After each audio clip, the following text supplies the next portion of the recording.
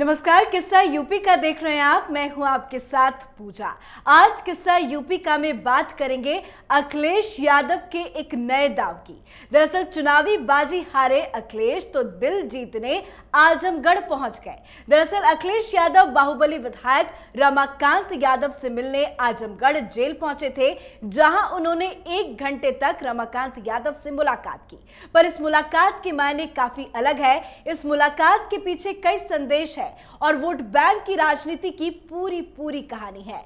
लगभग 2 साल तक जेल में बंद रहे आजम खान से मिलने ना पहुंचना, पर एमएलसी चुनाव और फिर लोकसभा उपचुनाव में मिली शिकस्त के बाद आजमगढ़ का पहला दौरा करने का किस्सा क्या कुछ कहलाता है। आज इसी किस्से पे चर्चा करेंगे। बातचीत के लिए मेरे साथ स्टूडियो में मौजूद हैं कैपिटल टीवी के सीनियर एडिटर राजीव जी। राजीव जी, बहुत बहुत स्वागत है आपका। धन्यवाद। अचानक से अखिलेश यादव का आजमगढ़ पहुंचना क्या किस्सा कहला रहा है? देखिए, अखिलेश यादव आजमगढ़ ऐसे समय में पहुंचे हैं जबकि भारतीय जनता पार्टी ने 2024 के चुनाव की तैयारी पूरे जोर शोर से शुरू कर दी है। ब्रज में भाजपा के नेता और कार्यकर्ता पहुंचे हुए हैं। पश्चिम उत्तर प्रदेश की कमान योगी आदित्यनाथ संभाले हुए हैं। तो फुल फ्लेज अब भारतीय जनता पार्टी का चुनावी अभियान शुरू हो गया है। दूसरी तरफ अखिलेश यादव के खेमे में बार बार प्रेशर पड़ रहा था। अखिलेश यादव पर दबाव डाला जा रहा था कि ये आपकी गलती के कारण ही आजमगढ़ और रामपुर दोनों जगह चुनाव हारी है समाजवादी पार्टी। आपने पहले क्यों नहीं चुनाव प्रचार किया वहां पे? ये बार बार उनसे सवाल किया जा रहा था। कई बैठकों में अखिलेश यादव से इस बात के लिए सवाल किए गए। उनसे ये भी कहा गया कि जब उस समय पार्टी संगठन में बातचीत हुई थी तो ये कहा गया था कि कम से कम आप एक चुनावी रैली कर दें, लेकिन फिर भी आपने नहीं किया। अब स्थिति ये है कि दोनों जगह पर उपचुनाव में हार हो चुकी है और आजमगढ़ में जिस तरीके से हार हुई है और भारतीय जनता पार्टी ने जो उम्मीदवार चुना है वो एक बड़ा संकेत है कि आपका किला ढहने वाला है। जो कोर वोट है समाजवादी पार्टी का, अगर देखा जाए तो उत्तर प्रदेश में समाजवादी पार्टी यादव और मुस्लिम समीकरण पर ही काम करती रही है। ओबीसी की दूसरी जातियों का वोट भी थोड़ा बहुत मिलता रहा, लेकिन कोर वोट बैंक उनका यादव और मुस्लिम रहे हैं। अब दोनों जगह पर जो स्थितियां थी वो यादव और मुस्लिम की थी। रामपुर में मुस्लिम समीकरण को साधना था। आजम खान की सीट थी, उन्होंने इस्तीफा दिया था, बाद में अपने ही नज़दीकी व्यक्ति को खड़ा किया। लेकिन दूसरे तरफ आजमगढ़ में यादव कैंडिडेट खड़े थे। अब ऐसे में स्थितियां दोनों जगह जब इनके प्रतिकूल हो गई, दोनों जगह पर हार हुई है, तो यादव समीकरण को लेके, यादव को अपने साथ लाने के लिए अब अखिलेश यादव परेशान हो गए। अब उनको चाहिए क्या कि जो भी हो, पहले तो अपनी छवि सुधारने की कोशिश कर रहे थे। अब छवि की चिंता छोड़ो, जितने भी बाहुबली गुंडा बदमाश समाजवादी पार्टी का है जो जेल में भी है, उसको अपने साथ जोड़ो। उन्हें बताओ, लोगों को बताओ कि यादव अगर कोई भी है जिसके सरनेम में यादव लगा हुआ है, वो अगर कोई भी पाप करता हो, कुकर्म करता हो, गलतियां कर रहा हो, उसके ऊपर कितने भी गंभीर आरोप हों, उसके साथ अखिलेश यादव खड़े हैं। और रमाकांत यादव के साथ मुलाकात के ये सबसे बड़े मायने हैं। जो पिछले दिनों चल रही है, स्थितियां बदल रही है और ऐसे यादवों के बीच भी फूट पड़ गया है। ऐसा नहीं है कि यादव सारे अब समाजवादी पार्टी को वोट दे रहे हैं। पिछले अगर चुनावों का इतिहास देखेंगे, जो 2014, 2019, उसके बाद 2017 में, 22 में, ये सारे चुनावों में जो सर्वे आए थे, चुनाव के बाद के सर्वे कि किस पार्टी को किन जातियों का वोट मिला है, कितना % के लगभग वोट मिला है, तो वो आंकड़े बताएंगे। जो लोक नीति CSDS सर्वे का भी आया था, उसमें ये साफ दिख रहा है कि अब धीरे धीरे यादव हैं जो भारतीय जनता पार्टी से जुड़ रहे हैं। और 2014 में जहां 17-18% यादव वोट भारतीय जनता पार्टी के पास आया था, यह यादवों के बीच से, यानी कि अगर उत्तर प्रदेश की राजनीति में देखा जाए तो 15% के करीब अगर यादव हैं, तो उसमें से 18% यादव भारतीय जनता पार्टी के साथ आए थे 2014 के चुनाव में। 2017 के चुनाव में भी लगभग 18 से 20% का आंकड़ा रहा, लेकिन 2019 के चुनाव में 23 से 25% तक यादव का वोट भारतीय जनता पार्टी को मिला था, प्रधानमंत्री नरेंद्र मोदी को मिला था। 2022 में भी आंकड़े यही बता रहे हैं कि यादव का वोट मिला है भारतीय जनता पार्टी को, और 20% के आसपास। देखिए, विधानसभा चुनाव और लोकसभा चुनाव में अलग अलग वोटिंग पैटर्न होता है। विधानसभा चुनाव में एक जो वर्ग है वो देखता है कि सीएम कौन होंगे, दूसरा वर्ग है जो पार्टी के आधार पर वोटिंग करता है। तो जो वर्ग सीएम को देखता है और राज्य की राजनीति को समझता है, उसमें वोट देने का पैटर्न चेंज हो जाता है। जैसे दिल्ली की अगर बात करें तो दिल्ली में जो यहाँ के वोटर हैं, दिल्ली की राजनीति की बात होती है, विधानसभा चुनाव होता है, अरविंद केजरीवाल को सपोर्ट मिल गया क्योंकि बड़े बड़े वादे हुए थे, मुफ्त में बिजली, मुफ्त में पानी, यहाँ पर उन्होंने दिया वोट।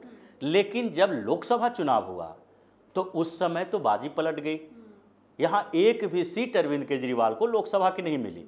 तो यही स्थिति है उत्तर प्रदेश में। विधानसभा चुनावों के दौरान देखा गया कि समाजवादी पार्टी के जो कोर वोटर हैं, यानी यादव वोट भी सपा को ज़्यादा मिले हैं। ऐसे ज़्यादा तो मिलते ही हैं, लेकिन भारतीय जनता पार्टी को 3-4% कम हो जाता है लोकसभा और विधानसभा के बीच।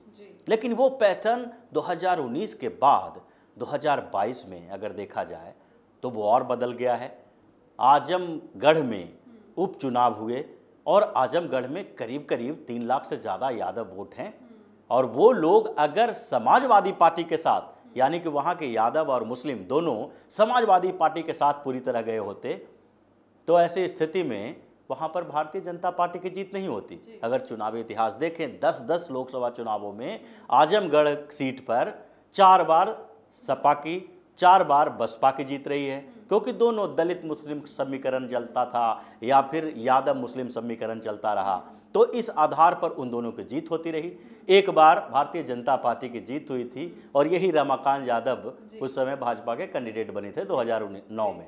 लेकिन जब इनकी कुंडली खुलने लगी तो फिर भारतीय जनता पार्टी को छोड़ना पड़ा रमाकांत यादव का साथ, और अभी वो जेल के अंदर हैं। कई पुराने मामले, शराब कांड है, जहरीली शराब है, उनके ऊपर SC/ST एक्ट पर भी मुकदमा चल रहा है। ये बाहुबली माने जाते हैं अपने क्षेत्र के, तो अभी विधायक भी हैं।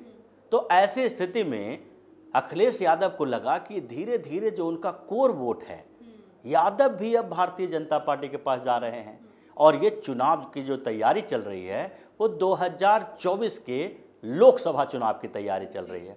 अब वहाँ की जनता जो उत्तर प्रदेश की है, वो अखिलेश यादव को वोट दे या फिर दूसरे जो विपक्षी गठबंधन के नेता है उसको वोट दे, उनका संदेश तो यही होता है कि केंद्र में सरकार किसकी बनेगी। केंद्र में सरकार अखिलेश यादव अगर किसी को सपोर्ट करेंगे तो भारतीय जनता पार्टी को सपोर्ट नहीं कर सकते, क्योंकि जो भी इस तरह की पार्टियां हैं उनका एक बड़ा आधार होता है भाजपा के खिलाफ जाने का, कि उनको लगता है कि भाजपा के साथ गए नहीं कि मुसलमान हमसे नाराज हो गए। इसलिए इनका तो एंटी भाजपा एजेंडा रहेगा ही रहेगा, चाहे जितने दिन तक राजनीति करते रहे।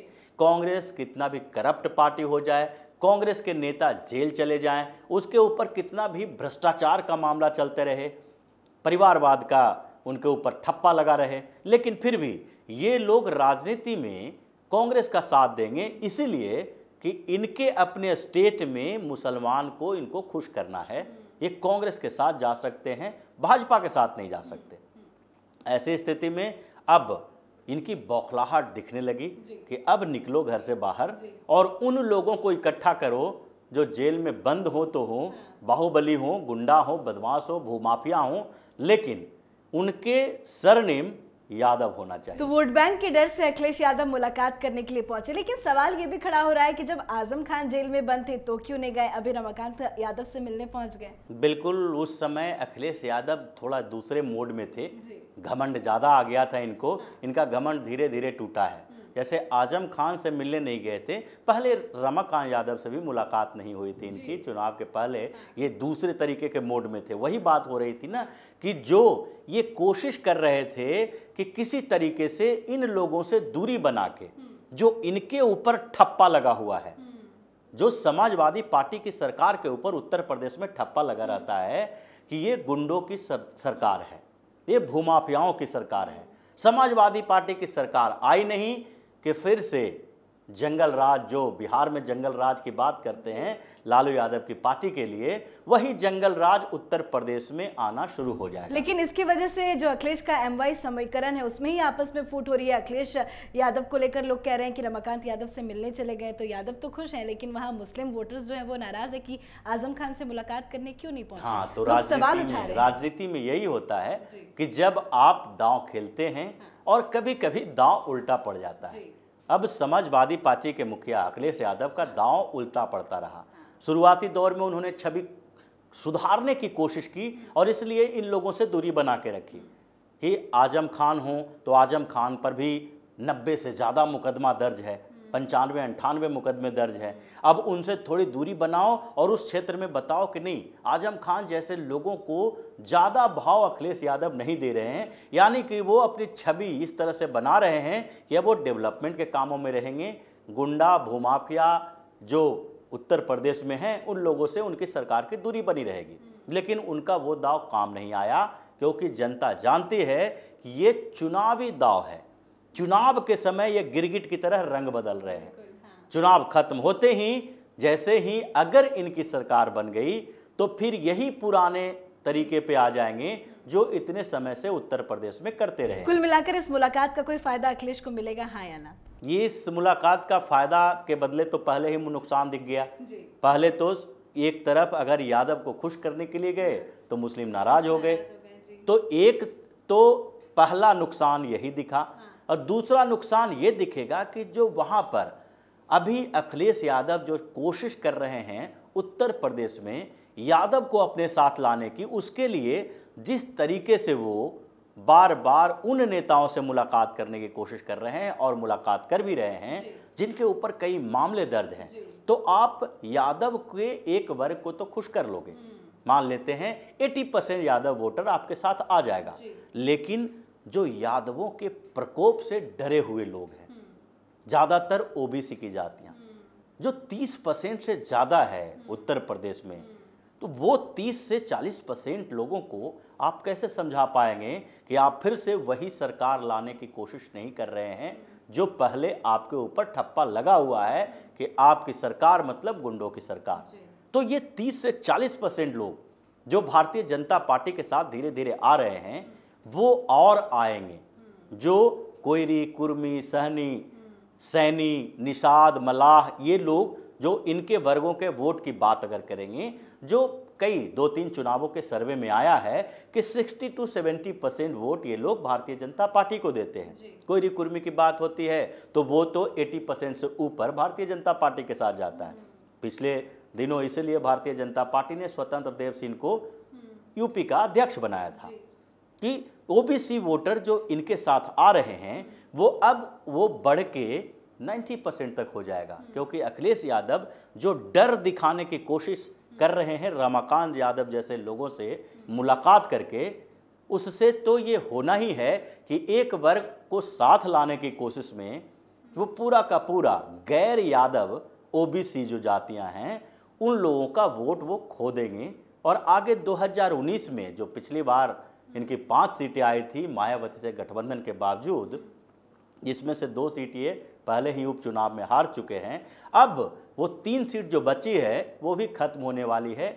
एक आध सीट अगर समाजवादी पार्टी को मिल जाए तो अखिलेश यादव के लिए बड़ी गनीमत होगी। जी, बहुत बहुत शुक्रिया समझाने के लिए। तो संकेत स्पष्ट है कि चुनावी बाजी हारने के बाद अखिलेश यादव अब दिल जीतने के लिए आजमगढ़ की ओर चल पड़े हैं। गौर करने वाली बात यह भी है कि MLC के बाद उपचुनाव में मिली करारी हार के बाद अखिलेश का ये पहला दौरा था। साथ ही 2 चुनाव में सपा को अपने ही गढ़ में हार मिलने के बाद अखिलेश के इस दौरे को 2024 लोकसभा चुनाव से जोड़कर भी देखा जा रहा है। पर बीजेपी अपने आप को इस गढ़ में मजबूत बनाती जा रही है, जो अखिलेश यादव के लिए बड़ी चुनौती बनती जा रही है। आज के हमारे खास शो किस्सा यूपी का में फिलहाल इतना ही। देखते रहिए कैपिटल TV उत्तर प्रदेश। नमस्कार।